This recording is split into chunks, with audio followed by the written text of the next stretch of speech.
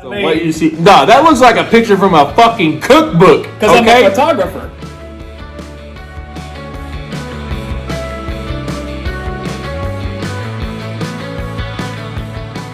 What's up? I'm DJ. And I'm Fax.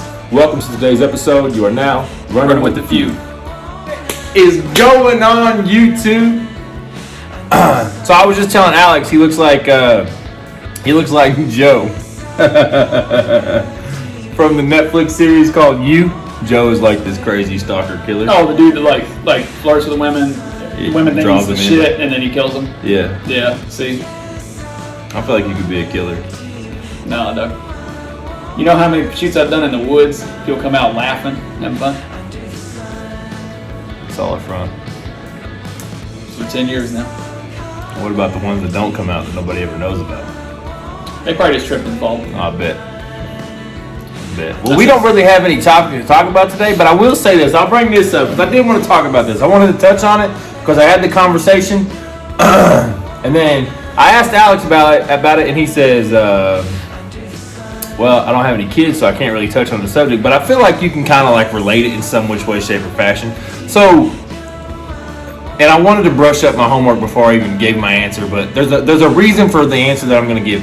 So, somebody's made a point that the children should come before the spouse in a relationship.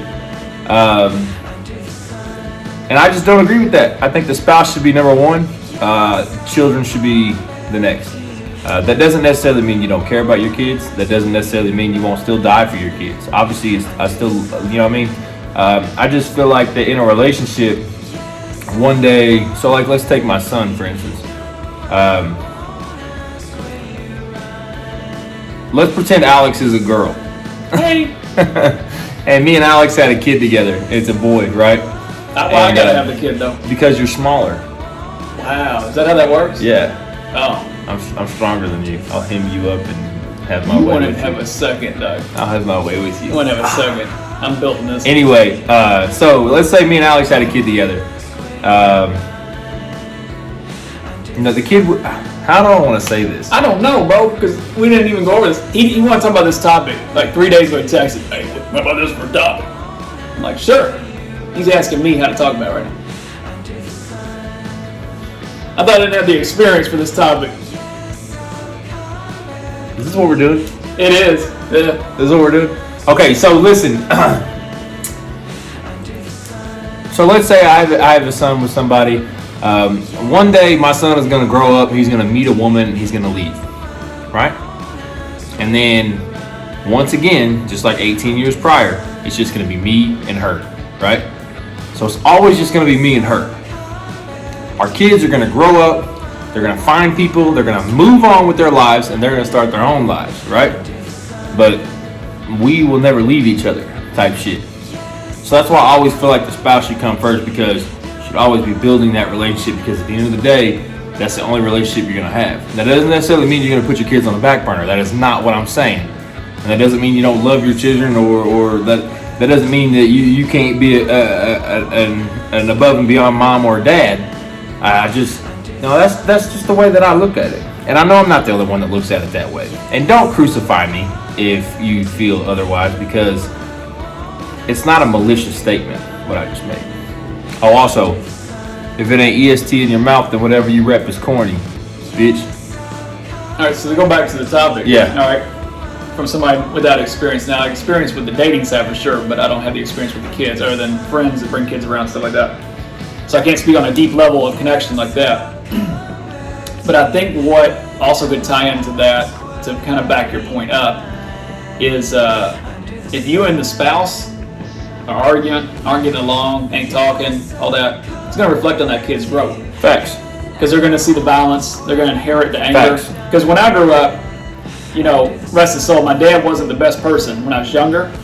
Before he died, he turned out to be a great guy the last couple of years. But growing up, it was kind of broken home, and it was a lot of arguments, a lot of verbal assaults, emotional abuse. My mom took a lot on the chin with him, and I inherited his anger. Yeah. So my teenage years was a lot about like fighting back to him. Yeah. And giving it back to him. And then in my early 20s, there was a lot of like, I never really did anything to my partners though, ever. Never put a hand on any of my partners, never shit on them per se, but as soon as it was time to lash out or say some shit back, 100% return fire. Yeah. So I think it's really important to, even if you're not with your spouse, maybe you're not on good terms, anything, you've got to be on good terms when you're around the kids. Period. They're just not an excuse. And if you're not on good terms with the spouse, together or separated, it's on you to control your emotions and your behavior when the kids are watching. Yeah, so he's talking about generational anger. Yeah, because the most important thing about kids, as adults we grow too, but as kids you're inheriting when you're growing. When you're an adult, you can kind of think for yourself, understand what's good and bad, make decisions. Well, you're kind of soaking in. So that's actually perfect because you're kind of soaking in. So like me as a young age, I'd see my parents fight and stuff like that. I feel like that I've seen it so much that it almost feels like that's normal to me. That couples have fights like that. And it's your fallback. And they don't though. You see. But that's the thing is like that is not supposed to be normal. Yeah. But when it's ingrained in you at such a young age, and you see it so often, and it's just so reoccurring. It kind of it's like a sponge. It just soaks in your head, and like it's a difficult hurdle to get over. And to tell yourself this is not normal. It can become part of your genes too. In your growth. Yeah. So when you get older and you start to be able to think for yourself per se, and you understand their life choices and what's good and bad and stuff. As an adult, that's why it's so hard to shake some bad habits and stuff you've seen because that's all you've known growing up. It's not even anger; it can be a lot of dark shit. But it's on you once you're an adult to, unlearn that stuff is like normal, and you're responsible for your anger just as much as you're responsible for your behavior. Yeah, but I think it's also so. I know a lot of people are like, once the kid is 18, you know what I mean? But I feel like that in situations like that where generational anger is passed down, because like my dad's not an angry individual anymore. Right. Probably one of the most kind-hearted people you ever meet nowadays, but it didn't always used to be that way. So that's how it was with my dad. Yeah. So it's one of those things. It's like it's almost like when you get to a certain age where you calm down and you recognize that your actions from your younger self, because at the end of the day, I'm learning that my parents were just trying to figure shit out too. They didn't have the answers. They were just trying to figure shit out too, just like I am. I don't have all the answers. I'm really just trying to figure this shit out as I go along. Yeah. So I think once parents get to a certain age to where they calm down and they realize what they've done, I feel like you should feel obligated to go back and help your child to try and like pull him out of there a little bit quicker than you got pulled out. And my dad does it. My dad does a great job at doing that. He does a great job anytime I bring something up. I don't know. Anytime I bring something up, he's always got something to. Because he gives a shit. No, he does. He does give a shit. He does give a shit. But I think he's a great example of understanding that what happened in the past can't be undone, but he can do what he can to help fix the future.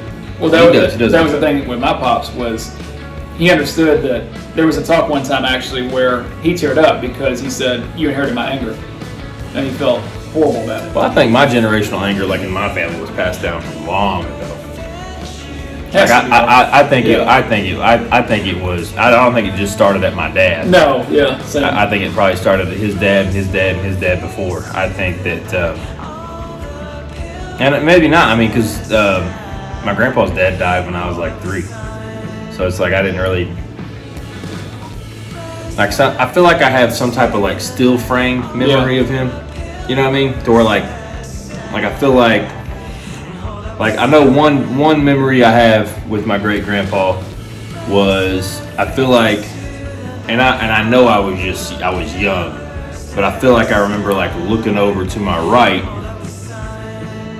and like we were like in a van going across the river, the bridge right here, and I think based on the timeline, I think we were going to my dad's some type of like graduation. I don't know what it was. Maybe it wasn't the graduation. I know we were going over the bridge in Louisville, and like the still frame memory I have is just me looking over and like, I don't know, that's the face.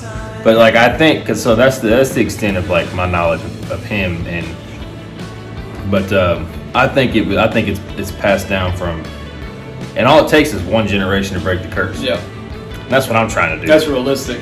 Yeah, and I think the hardest thing is like trauma is really tough to get through. Yep. On any level. I mean, it can be a little bit of trauma, or it can be literally a lifelong thing of trauma. Even as an adult, there's no such thing as 18 and you're an adult. It's transitions, like it's lifetime. It happens. Yeah, 100%. I think the other side of it though is you can't hang on to your trauma and be comfortable being that victim. Yeah. Like there's some horrible shit that's happened to people that I know, and I can't even relate, and I'm not even going to try, right? Yeah. But I do feel like at some point you as your own soul, not your friends, not family, not nothing, is responsible for getting you through that, and you don't need to lean on people to do that. You gotta do it yourself. Yeah, that's what I was about to say. You have to want to get through that trauma, like. But you're gonna be happier for it, and you're gonna be more successful if you can push through that and be like, this happened. I'm gonna always remember it. Yeah. But it's not going to define my future and my path now. And I'm actually glad you brought that up, because I've said that 100 times. Sometimes me and my family will get together, we'll have game nights. We used to have it every weekend, and then I moved down here, and it's just not so accessible. But I think that I've said it 100 times. You know, you have to want to get past this bubble. You have to want to get out of it. Like I used to do this all the time. I used to be like, well, fuck them. I'm fucked up in the head because this happened, and I'm fucked up in the head because that happened, and I'm fucked up in the head because of her, and I'm fucked up in the head because of this, and I'm fucked up in the head. It's their fault. It's their fault. Sooner or later, you gotta look yourself in the goddamn mirror and say, stop fucking blaming people because you're fucking lazy and don't want to pull yourself out of this shit. You don't want to battle these demons head on. You'd rather just push them to the side and pretend they're not fucking there. You know what I mean? Like, you have to have the epiphany and look yourself in the mirror and say, no more. And then you got to start fixing the shit. You got to start genuinely mending the relationships. You got to start genuinely mending these fucking thoughts that are in your head. And you just got to tell yourself that you're full of shit. Because essentially at the end of the day, you're full of shit. And that's why I tell people, I live in the present. My past is in the past, and my present is going to dictate my future. So as long as I wake up tomorrow a little bit better than what I was yesterday, then I cannot fail. So. And I think another mistake too, I see it all the time, even with people I don't know that well on Facebook posts and or different things. If you're doing anything to just kind of numb and get through the day, instead of facing it, you're going to always be in hell. And the thing is, it's like, I can't relate to drinking, I don't drink. I can't relate to smoking weed, I don't smoke weed. I don't drink either. Et cetera, right? I've seen enough fucking people that suffer and numb out that way. I'm going to get drunk and fucked up, so I'm going to go through this tonight. Let me smoke a bowl and fucking zone out. Let me get on a video game and numb out. There's all sorts of ways. Damn, I was 2 out of those 3. I must be really fucked up. But no, I'm just saying though, like if you're doing that though to numb your demons and your trauma and your things, it's just a cycle. You cannot numb. That's it. You cannot numb them. You got to defeat them. Yeah. Like at the end of the day, and it's just gonna be day after day. It's gonna numb. As cliche as that sounds, is the absolute truth. It is the fact that it doesn't matter what demon you're battling, you have to face it head on. Because that's what we're doing. That's what you and I are doing. We're doing that right now with this podcast. Like just him and I individually, but as bros, like the journey from a month ago to where we are now, like both of our lives, but also as friends, night and day. I mean, we were still tight before, but between the darkness of like just loneliness, breakups, old habits, even my eating habits have changed drastically. I just ate fucking carrots today. He did eat carrots today. He did eat carrots. 10 years. But I also want Alex to go on camera and publicly admit that I am a goddamn chef. Look, hold up. Are you gonna show him the picture? I'll show him. I wonder how good it'll look on the picture. You don't show him that picture. Look at this meal, dog. Yeah, no shit. Let's see. Oh yeah, so what you see? No, that looks like a picture from a fucking cookbook. Because I'm a photographer. Is it? First off, is it your iPhone or is it my food? Look at the salmon, cooked perfectly to perfection. Yeah, go ahead, keep going. I got the rice that I can't add no butter to, so I just add corn to it. You know what I mean? Gives it a little bit of flavor. Yeah, go ahead. And then I got the mixed veggies right here, Doc. Come on, look. If I'm not husband material, then I don't know what the fuck he is, dog. I mean, I'm not wifing you up, but it was good. Nobody asked you to get. I just need to chime in, just because we're right by each other right now. So. All right. So the next topic, I was actually driving today. I went to a spot where I haven't been in 2 years. It's Long Run Park, near like Simpsonville, and I haven't been in a while because a few people that I've lost in recent years, that was like the spot we would go, where like my aunt lived near, and she passed away this year. And today I was like, it's time to just go there and just vibe out, and you got a process to proceed. So if you don't get through, those losses and like reminiscing and shit, you just sit in. It's kind of the trauma thing in a way. You'll never proceed. So I was like, I got to go there and process so I can proceed. You know what? I'm glad you said that because it's just been 2 years since Brian died, right? Yeah. I shot that video where I was at his gravesite maybe a month and a half before his 2-year anniversary. And that was actually the first time I'd ever been to his grave. I've been back 4 times since I've shot that video. And I will say that, but I usually go late at night because I don't really like people to be watching me. Like, I don't want somebody to pass by and be like, oh, there's DJ. You know what I mean? So I usually go late at night. It's creepy as fuck out there. I will say that. But no, Alex is right. I wish I would have gone to his gravesite a long time before I did, because it does help you process that whole. It does help you get past it, because it was my mindset. I was so shocked on his death that my mindset was, if I don't see it, it didn't fucking happen. You know what I mean? So no, but I will say that I've learned to handle it a little bit better. It makes a little bit more sense.